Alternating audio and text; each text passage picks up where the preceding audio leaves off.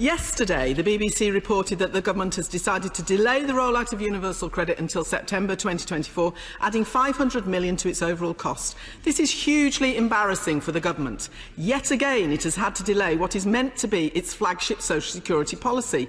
Last week, the Minister told this House that it had only managed to process less than 80 households since July, as part of what is meant to be a pilot of up to 10,000 households, and that of those, only around 13 households had transferred to universal credit. At that rate, it would take this government more than 380 years to complete its pilot of managed migration.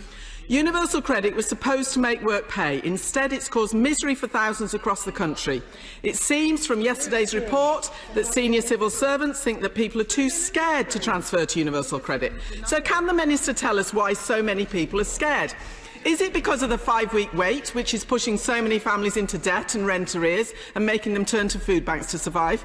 Is it because of the 2-child limit, which the Child Poverty Action Group has described as, quote, a policy designed to increase child poverty?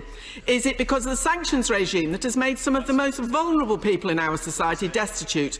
Or is it down to the fact that, according to the government's own research, almost half of claimants were not able to make a claim online unassisted? It is clear the government has been forced to delay universal credit yet again because people don't have confidence in the system. Can the Minister tell us what the government intends to do with the extra time? Will it get rid of the 5-week wait? Will it scrap the 2-child limit? Will it call a halt to the sanctions regime that is pushing people into destitution?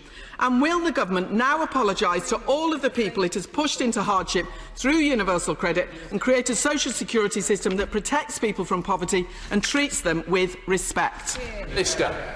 Well, Mr Speaker, the Honourable Lady says I should be embarrassed. I will never be embarrassed for putting the most vulnerable and disadvantaged people in our society first, and neither will this government. And the Honourable Lady talks about cost, but as I've said, Mr Speaker, this is up to £500 million additional which will go into the pockets of our claimants. The Honourable Lady refers to the pilot, but she's conflating two very separate issues. And when she says, Mr Speaker, that people are scared, perhaps if the party opposite desisted with the scaremongering and actually spent more time in our job centres speaking to work coaches, they'd have a better understanding of universal credit and how well it's working.